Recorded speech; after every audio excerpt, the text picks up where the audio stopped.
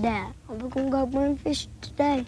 No, son, I think we'll go do a little bass fishing. How's that sound? Fine. Uh-huh, you like that? Yes. Hey, we're gonna go out and do a little structure fishing today. I'm gonna teach Ben how to fish a Carolina rig worm. I don't know, maybe he'll teach me how to make a cast or something. We're gonna have fun, I can promise you that. So you stay with us. I'm Hank Parker. Hey, and this is Ben. Come on, bud, let's get in the boat. Let's get our jackets on. Go catch a bass, bud. That sounds fun to me. Also today, Hank encounters some spectacular wildlife while fishing Lake Orange in Central Florida. And while he's there, he reveals one of his many, many hidden talents. It's another great day. Do-do-do-do-do. Hey, I sing that today especially for Carly and Brooke. Hear what I say. Do-do-do-do-do. 1, 2, 3, 4.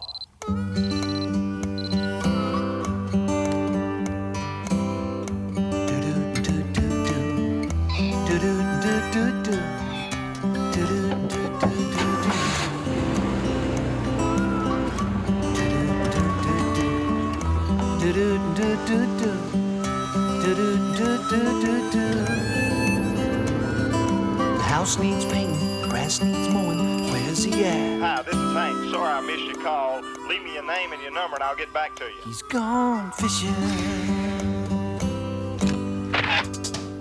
Hank Parker's Outdoor Magazine, featuring the only sportsman to ever win the BASS Triple Crown, the Bassmasters Classic, BASS Angler of the Year, and Super Bass 4.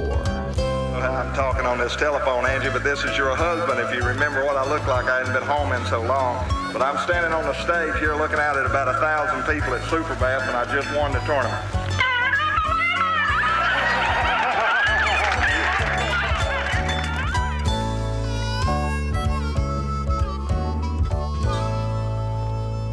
Well, I tell you, it's awfully hard when you're fishing a lake like we have here, Lake Orange, and you got all this growth and all this aquatic growth everywhere, and pads and hyacinths and hydrilla. To locate and catch fish in a day or half a day, it takes a long time to eliminate when you got this much structure. There ought to be some big fish. These big Florida fish love a hyacinth. I don't know.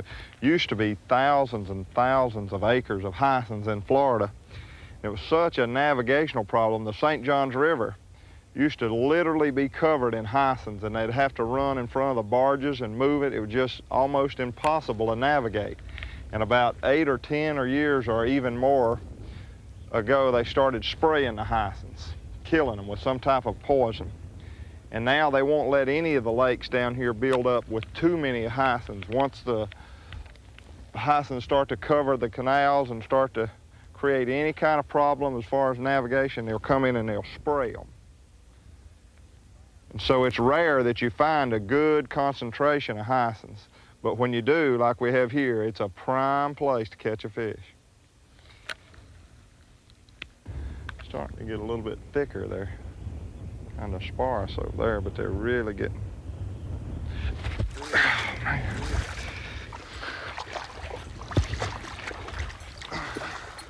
Come here, baby doll. Woo. Oh, my. Come here. Oh, come here, boy. Oh, come here, baby. Oh. Whew. Boy, that fish was buried up. I didn't even know it was a strike for a minute. Whew. She hit it easy. Boy, I put that hook on there. Now that fish was kind of up under the hyacinths. I pitched it in there and the fish hit the worm. I didn't even know it had a strike. I just thought it wasn't going down through the hyacinths. Pretty nice fish.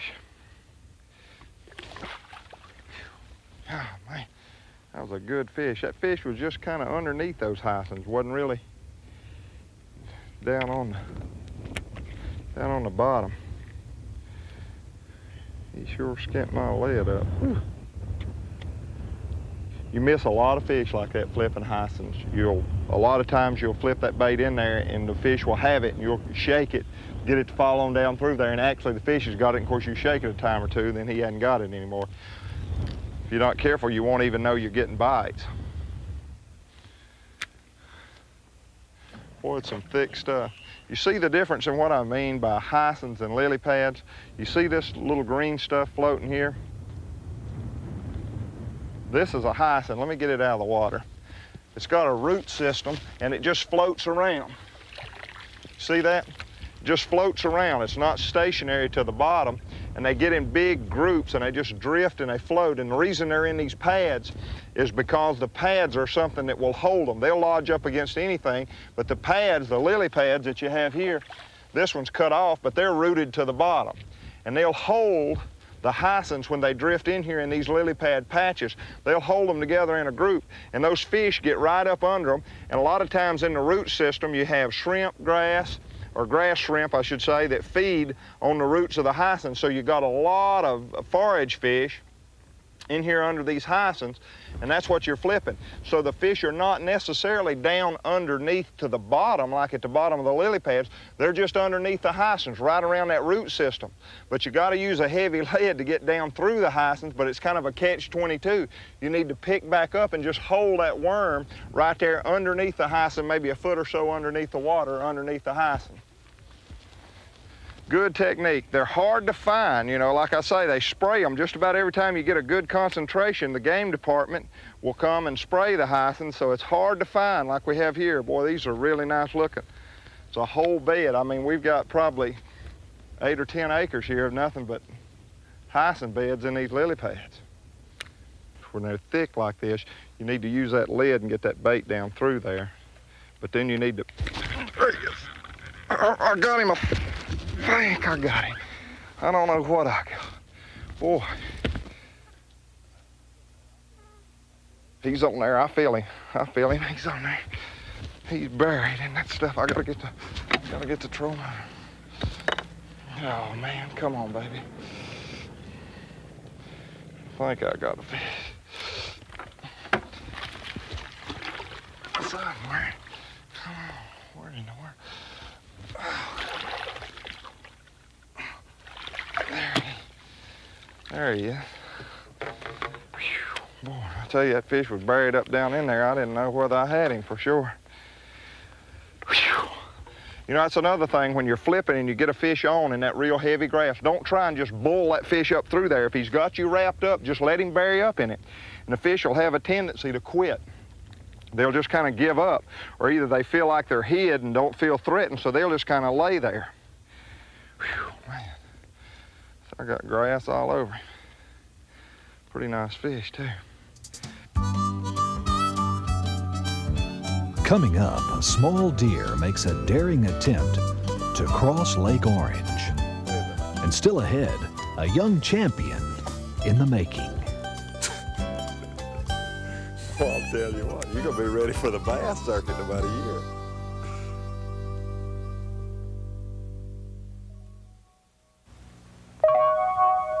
There are 3 ways you can try moving closer to these fish. With a gas outboard, with a noisy electric, or with a quiet Minn Kota electric. To a fisherman, the choice is black and white.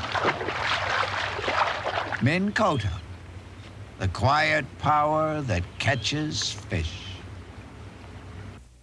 You're looking at the high-technology laser system Berkley uses to make Trilene fishing line. The line that's stronger than the rest. The line Jack Chancellor fished to win the Bassmaster Classic. Mike Folkstead used to win the U.S. Open. The line that set over 1,000 world records in the past 2 years.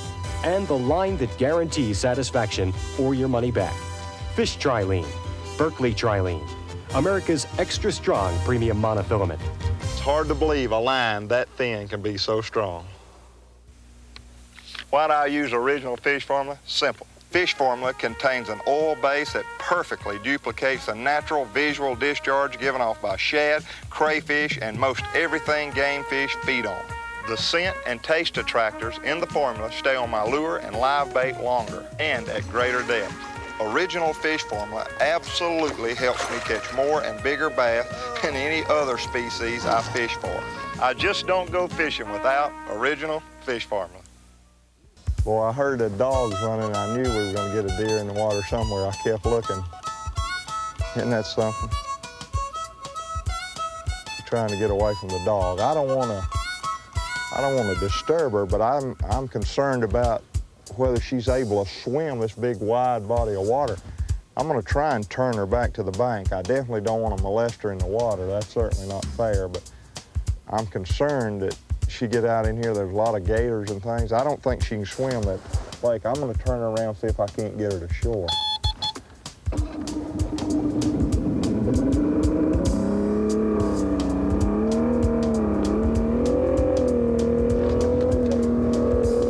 Come on, little dear, respond.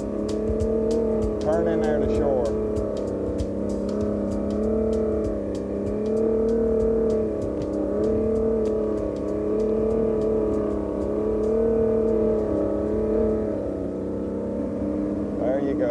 There you go. Go on in there to shore.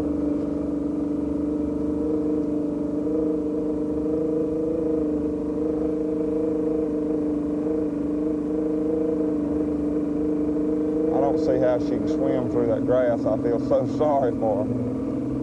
But I want to help her get back to shore. I don't think she's going to be able to make it. I don't want to get too close to her and scare her.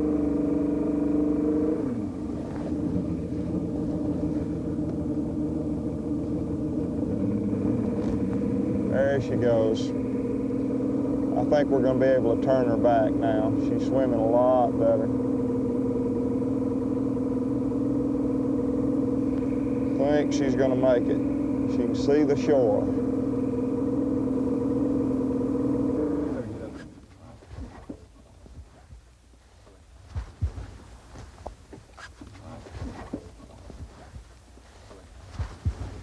Oh, I think we're going to get her back.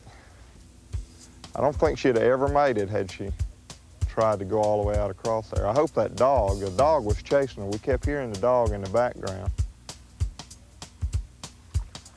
There she goes.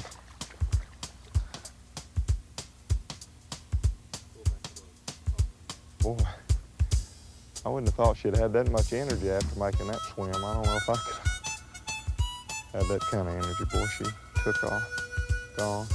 I think she'll be all right, though. That makes me feel good. I don't think she'd have made it if she'd have tried to swim this big body of water, and there's a lot of alligators and everything out here, so we've got her back to shore.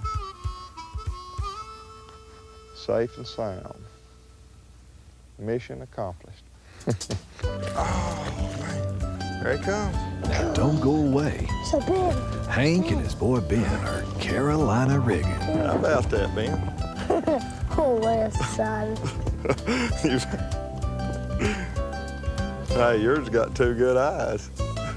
What you gonna do? You want to show everybody you caught a fish? Yes, sir. I think everybody in the whole world saw you catch that fish.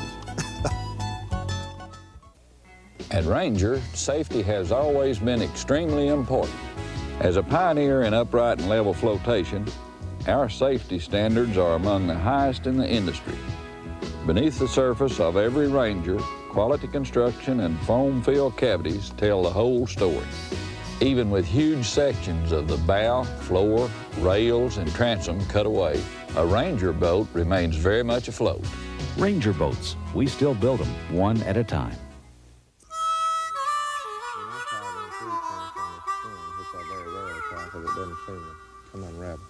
Let me tell you what we're doing.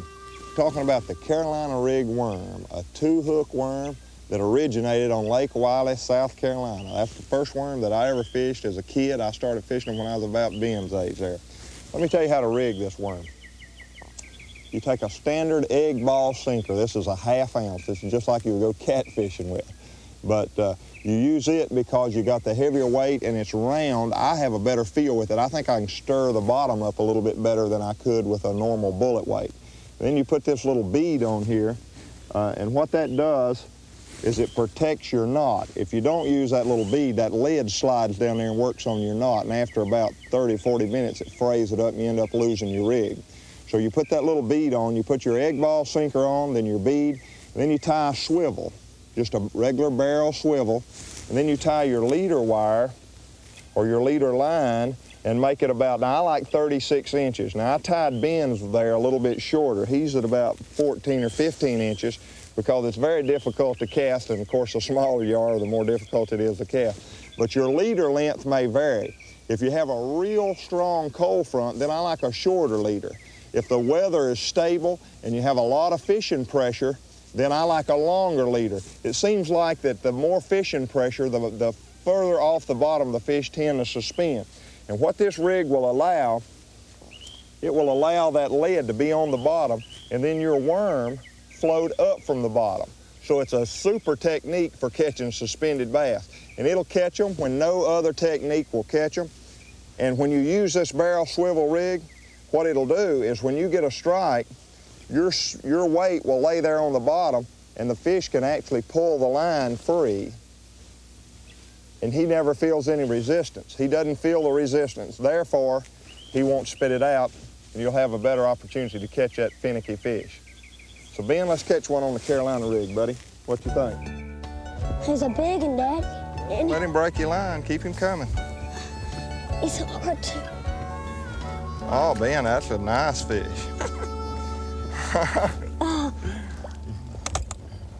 He's a big one, Dad. I can get him. Okay, you get him. You caught him by yourself. Now, can I catch one by myself now, since you caught one by yourself? It's more fun to kill a dog. What kind of talk is that? You got more sayings than anybody. Oh, I'm gonna catch me one now. Can I catch one by myself? Huh? Oh, afraid. Yeah. I bet mine's bigger than yours. What you gonna bet? I don't know. Oh, no. Okay, no. Let's go.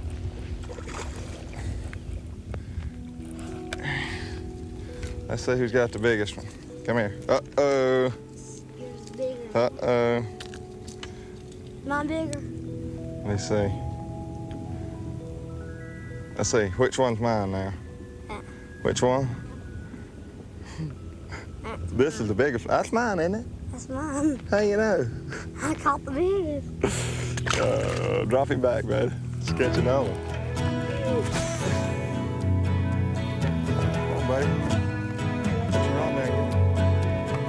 Me and my boy love fishing, and when we're not, we're wishing we could be. Oh, come on. Oh, it came off. My boy and me. We could be cranking or jigging, or Carolina rigging. It's all the same, you see, to my boy and me. Now don't misunderstand, we both really like it when we're fighting and reeling that line. But we don't have to have a fish really strike it for me and my boy to feel fine.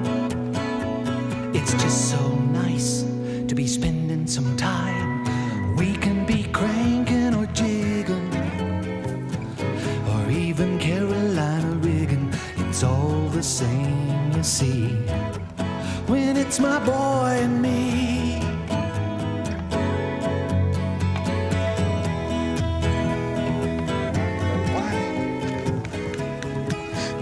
Get him, Ben. Get him. Don't let him come off now. Don't let him come off, buddy. Here he is, Ben. Get him, buddy. Keep a tight line on him, son. Keep a tight line. Get him. Now don't misunderstand, we both really like it when we're fighting and reeling that line. Hey, Benny boy. That's a good one, buddy. How about that? Yes, sir, I'll take it. You can take him off? That's a good one. Put your thumb down. It's just so nice to be spending some time.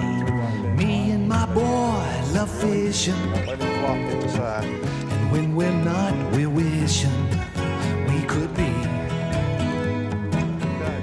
My boy and me. All right. Pick up your rod, buddy.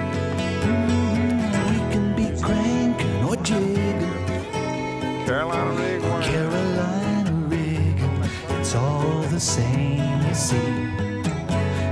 it's my boy and me, when it's my boy and me. Go slow now, wind him slow, wind him real slow. Hold your rod up, bud, get him up, get him up.